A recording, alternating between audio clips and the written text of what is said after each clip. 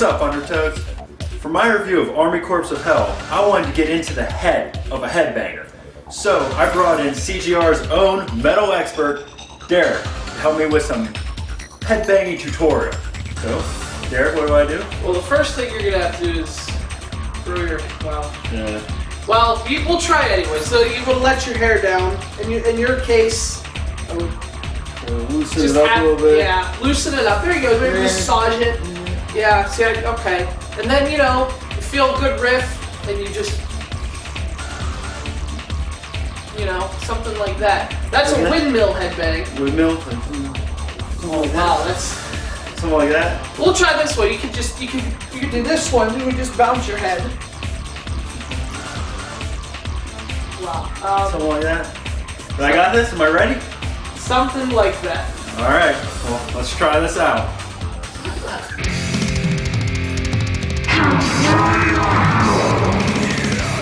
Abandon all hope, ye who enter. If you ever wondered what it would be like if a heavy metal album was interactive and could be played, then you are in luck, because Army Corps of Hell is here and ready to take you to Hell's Dominion. You play as the King of Hell, who has lost control as the ruler of the underworld and is hell-bent on regaining it.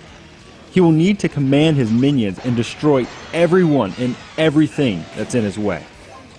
Think of the game as Pikmin, only much more demonic. You go through the world, which is broken into platforms that are connected with bridges. Each platform is infested with demons that don't want you to regain your throne. So you use your minions to slaughter them, and once they are all resting in torment, a new bridge opens up and you can move on to the next platform. You have different types of minions to attack with.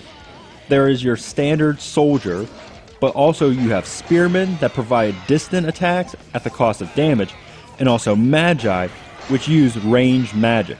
Your total number of goblins will increase as the game continues, and thus increasing your overall strength.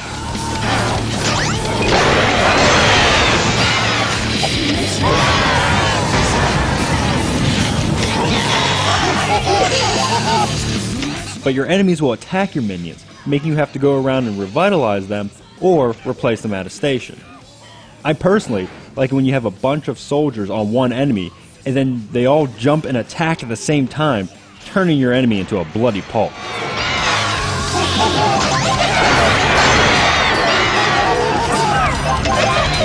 Enemies will drop material that can be synced together to make new weapons and potions. Also, this happens with some awesome heavy metal playing in the background.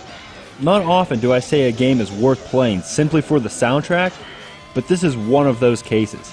Mostly because the soundtrack is worked so well into the gameplay. It fits so well, with each level acting like the next track in an awesome album.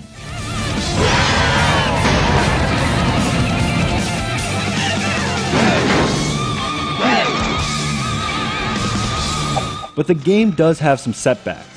For one, it doesn't make good use of the Vita, by not using many of the Vita's features, or by using the graphics the Vita is capable of. The arenas look very basic, and don't live up to the standards set by the other Vita games. Bland textures and unoriginal areas make each level feel like more of the same. The whole game feels like the first 5 minutes repeated over and over again.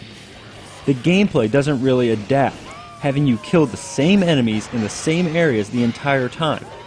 The characters and bosses are the best looking parts, but even they don't live up to the high Vita standards. Mostly the game just uses the analog sticks and shoulder buttons. I would have liked to see more use of what the Vita can do, especially for a launch title. It makes the game feel like it wasn't designed for the system. Army Corps of Hell is a fun and interesting game that sports an incredible soundtrack. But repetitive gameplay and bland locations hold the game back from being all it could be. I wouldn't say this game is going to hell, but it's going to have to do some years in purgatory.